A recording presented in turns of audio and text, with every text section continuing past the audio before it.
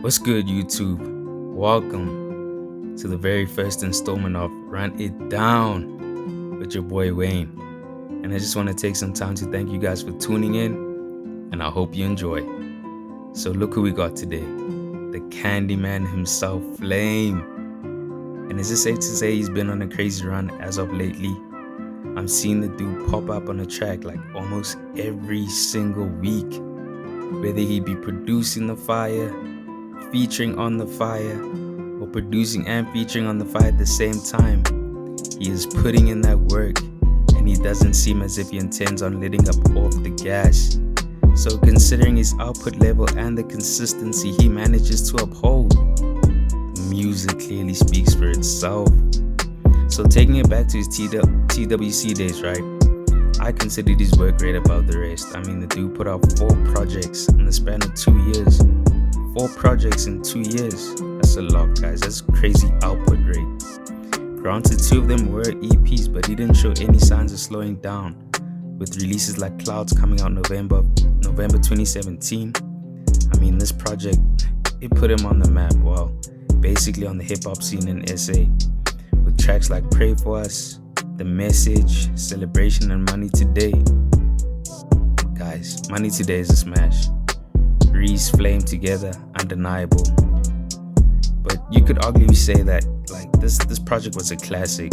Or am I reaching? Maybe I'm reaching. But you guys will let me know. Anyways, we had Clouds' Special Edition being released in December 2017. Do Not Disturb with Zuchi Coke Dope coming out May of 2018. And guys, let me tell you, this EP was perfect, if not close to being perfect. I mean, it was short, concise, and just straight to the point. Zuchi and Flame together also unmatchable. One of the best duos I've heard. Flame even said how D&D, like, it's his own personal favorite project, and how he puts so much work into it. Just Candyman is one of my least favorite projects. Do Not Disturb is my most favorite one because every day when we're working on Do Not Disturb, I'll be up at 6 a.m. making beats, and then probably around 8 we starting to record, and we're recording until the nighttime, until we sleep. When I wake up, I'll be up, brush my teeth, same thing over and over. That's why if you listen to Do Not Disturb, you can hear I'm actually sounding way more confident than any other project you've ever listened to. So after that, we got Jermaine being released in January 2019. The standout of that EP obviously being Serenade featuring Echo.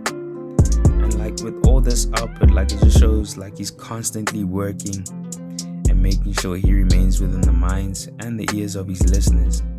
Bear in mind, guys, that this crazy output of music and his consistent work rate has all been done with him just being an independent artist.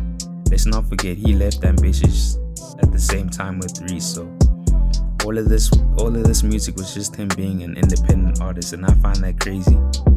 It just shows like how hard work and dedication really pays off.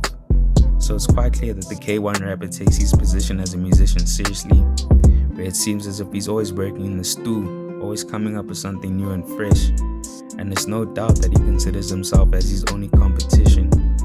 But at the same time, it's as if he has a chip on his shoulder, something to prove to everyone who has only ever seen him in the shadow of his former crew member, Reese. And guys, if you're being honest, like the only way for Flame and his career to reach new heights, like he had to break away from the crew so he could grow as an individual artist. Look at my catalog, a whole lot of Reese features that I have, or a whole lot of work that I have with Reese. It's not really on, it's just on my first project, and it's like 4 or 5 songs. And that's one of the main reasons, that question is one of the main reasons why I felt like I had to, not leave, let's not even get to leaving the crew. When we were still inside the crew, I felt the need of, you know what, I gotta be my own somebody. So I started not making music with everybody. I was locked out. Every time I was in the studio, I was alone. Like, make a beat, record a song one man, and that's it. I just wanted to grow my skill. And I feel like, it's just whatever you decide to do with your music, and it's just gonna show the results after that, basically. So I don't know how to feel about that, but I feel like, he can do better with like working with other people too. You feel me? Like, I feel like branching out to new sounds is like you know, we've been working together for too long that we know each other now. So I feel like, fine, let's try something new. You know what I mean? Like, I've always tried to work with people like, you know, Frank Casino, people like Pretty Ugly, people like everybody that I just like. You know, Liz was one of the first people that I wanted to work with, and thank God on my first project I had Liz on it. So I feel like it's all about branching out for you to actually grow your sound, because you have to like learn the whole game instead of learning. Even when he made the decision to break away from the Wrecking Crew, where it was perceived that he was at his lowest point as an artist, he didn't let disgruntled fans or even haters let their opinions and views sway him from what he loves to do most, which is making music for his supporters to enjoy. Going back there, I feel like it's not gonna happen for me. Right now, I feel like it's all about me, because at the end of the day, you know, like, you know, sometimes I feel like sometimes you gotta go through stuff to learn stuff. You know what I mean? Like, we might think something is great. You know, like high school, you know, you had your first, you know, teenage love, and you thought, yeah, I got this, and this is about to boo, and then you feel me? So that stuff kind of happens, and it's just part of growth, I guess. You know what I mean? So it's just God's will, and I'm just gonna like anything that gets my energy off, I stay off. With the release of his debut album Candyman back in July of 2019, I really think it solidified him as an artist in his own right. With it being a complete body of work, there's no denying that it was full of smashes. I mean, you had a Home Run on there, you had How You Feel on there, you had Trees, you had 3 Goats on one track, Trees, you had Zucci, Frank Casino, and Flame all on one track. That undeniable smash, undeniable. And then you also had Late Nights on the album. I mean, just based off of this album, he was able to take away Freshman of the Year and Best Male at the 2019 SA Hip Hop Awards. That in itself just shows what level of determination This dude bro called was on. Tapelo, I met him in 2017, back to the city when we were doing rehearsals. That dude was like, yo man, the Hip Hop Awards is coming up, and next week we're going to finalize the nominations and nominees and everything. So we can't carry on with this, like you need to submit ASAP. Like, it was a Friday night, and then that Saturday, I didn't have shows that weekend, so I decided to go see Zucci. When I got to Zucci, the first question I asked him was, yo bro, like how do we submit for the SA Hip Hop Awards? So he was like, yo man, the submissions were long closed, bro, last month. I'm like, what? Say that one more time, they were closed. But you know what? We did it anyway. And then when I won, it was still like that feeling where I was like, what? I won. I mustn't look at it like, okay, you know what? I'm a dog in the game now. I'm one of the top dogs and shit. I gotta look at it on something I can make it bigger. So it's no coincidence that his output level increased even more once he was able to escape his toxic relationship. It's clear that he was being held back from his true potential. Guys, women will take your time. Women will take your time. And I think with Flame, like, he wasn't able to focus on the music as much as he wanted to. But I guess ever since that split, like, he's been hungrier than ever. I mean, months later after that split, we were treated to the joint project, Red Light District with Diamonds. Also underrated, guys. I highly suggest you check him out if you don't know him. I don't know why niggas sleeping on Diamonds, he's dope. But anyways, them two together, like, they had tracks like Bright Lights and Complicated, where they talk about heartbreak and how hard it is to deal with it. Then they also had tracks like Stepping and CFWYN, where they talk about closure and finally moving on. It just showed me like this was a turning point for Flame. And these niggas, like, they just complimented each other on each track. And it was so effortless, like the interchangeable bars and the verses were so seamless. It's apparent that these niggas had a vision and they executed it to perfection.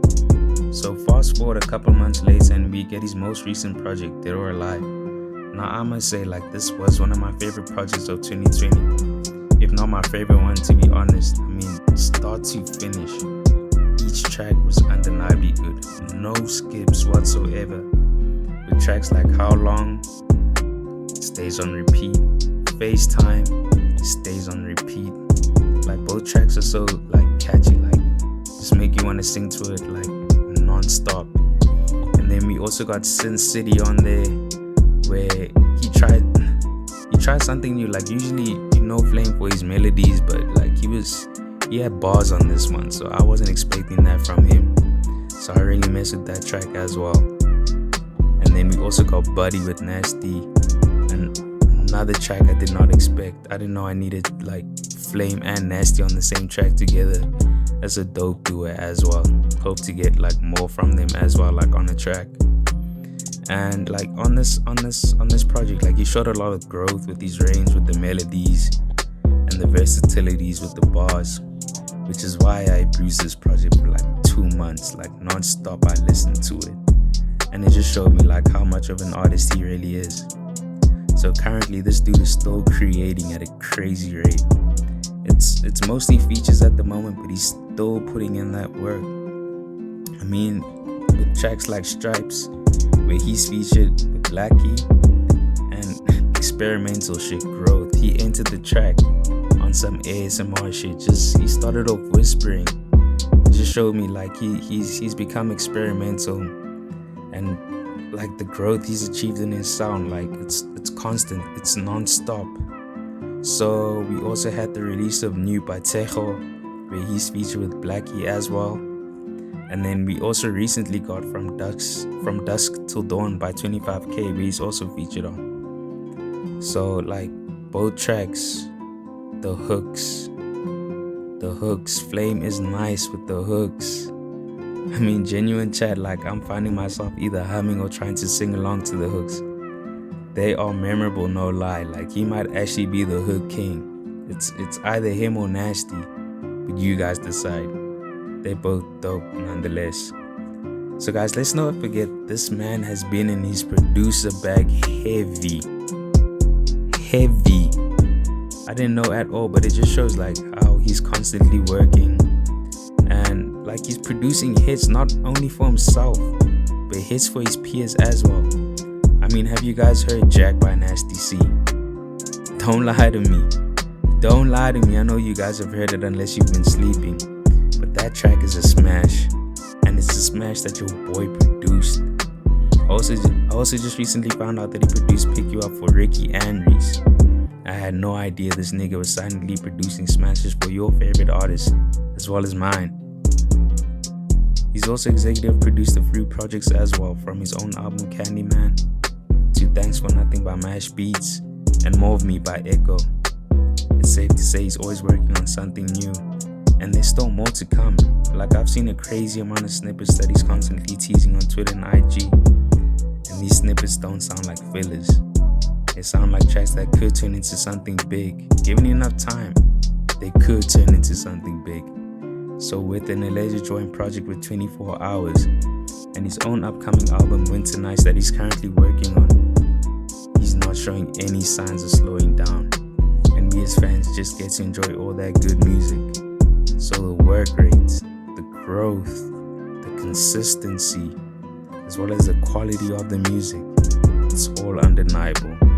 Love him or hate him, you can't deny he's been on a crazy run. Just bear in mind, it's been 4 years only. 4 years only, and consider how much music he's put out. Guys, that's a crazy run. But anyways, let me know if you guys agree, if Flame has been on a crazy run, in the comment section below. I hope you guys enjoyed, and thanks for watching once again. Please make sure to like, comment, and definitely subscribe. So on to the next one.